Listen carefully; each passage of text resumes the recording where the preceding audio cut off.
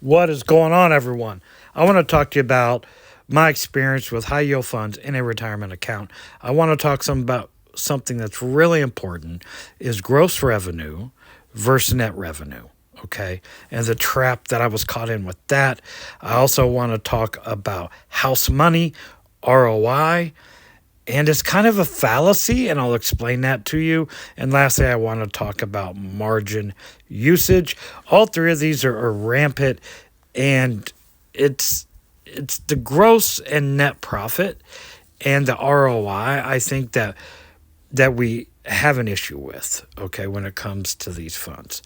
When you see an eye-popping dividend yield of 167%, for some of us, we get mesmerized by that number, okay? We see that yield and we don't equate gross revenue versus net revenue. And you feel like a dividend king. You have all these distributions coming into your account that are just massive and you feel amazing. But when it comes to, in this case, gross profit versus net profit, this is something I think is very important and folks maybe need to understand, okay? So the first thing is taxes. Are we taking, if you're in a taxable account, taxes come out of the gross revenue that you're receiving, all right? So that dwindles it down a little bit. And then comes to management fees. Here's of ULTY as an example. Okay, so that's also got to come out. But what most people don't think about, especially with high yield funds, is the reinvestment of dividends or distributions. In my mind, that should come out of your gross revenue. So, for instance, and why would it come out of that? Because it's a loss, right? For a fund like this, for instance, if you're constantly putting in your distributions, it's dropping and has been at such a rate. Here's the share price and the distributions going down that you keep funneling money into this, right? So what are you left with after that, right? You have your taxes, you got your management fees, and then the biggest expense, the reinvestment of your distributions into a fund whose dividend growth declines at such rapid rates. You could see here's ULTY, this is Max All Time, Misty, and Nvidia. And you could see how these are constantly going down from a dividend growth perspective. So after you pay all of that, what is left? Yield nothing, right? I mean, you're not left with much, in my mind anyway, and I think it's important to add that into the gross revenue figure. So what is your net revenue if you're constantly funneling money into something that declines over time with share price and distributions? What is that net? Now let's move on, and I don't think it's much, right? So now let's move on to house money or ROI and how declining profits or decreases in revenue make ROI in these funds not a real thing, so to speak.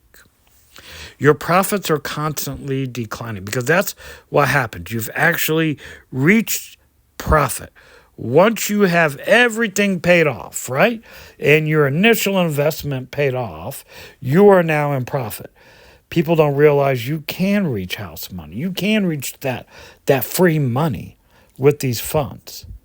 But the problem is with the declining dividends and declining profit, like here's COYY as an example, right? Let's say you are in house money with this. The profits continue to decline week over week, month over month, or whatever. Here's another example, AIYY, just constantly going down. So the house money at the end and the longer you hold it, poof, declined, or so minimal that it becomes irrelevant. So yes, you can reach house money. Yes, you can reach that ROI, and trust me, that was one of my major goals, and I reached it with Nvidia. But to watch that profit decline month over month was more than I could take. I would rather be in something that goes up over time, that and it's not even ROI like a GPIQ or QQQI, something like that, right? That appreciates over time. And I'm making more with it than I was with my yield max due to a better net revenue, okay, first off. And then a declining share price and declining dividends made the house money just something that was going to hurt us in the future. Okay. Because you're stuck in a trap. Do you have to buy more shares if you're in house money to boost up? Well, then you start it all over again with the ROI. You're just caught in a never-ending cycle unless you just decide to let it ride and watch that profit decline month over month. Okay, next, margin. Let's gamble with other people's money. I mean, you see this all over when it comes to high yield funds. You should use every cent of your margin your brokerage gives you. How many people do you know have done that? I know a lot. And this guy, he has some great magical plan, and he's going to get this margin loan at 6.4%, taking a $40K margin loan. It's that greed that gets people. And they don't understand the difference between gross revenue and net revenue. And they don't understand that once you reach ROI, that money, that profit just continues to dwindle. Now, margin can be a great tool if used properly, right? But what happens is people continue to pile in margin as the underlying is going up or whatever, and they never take profits. They never get out of it. They never realize the potential that margin can give them. I don't use margin, but you could see how it can be used successfully. But the problem is most people will never take profits. They never think the market goes down. And you could see the cycle over and over again. They'll never pay off their margin. Not the vast majority of people like this, right? Or like this, they won't do it. They're going to hold it until the inevitable happens to them. And then I've seen it happen to people, almost get liquidated, and lose a ton of money, and they still don't learn. Right?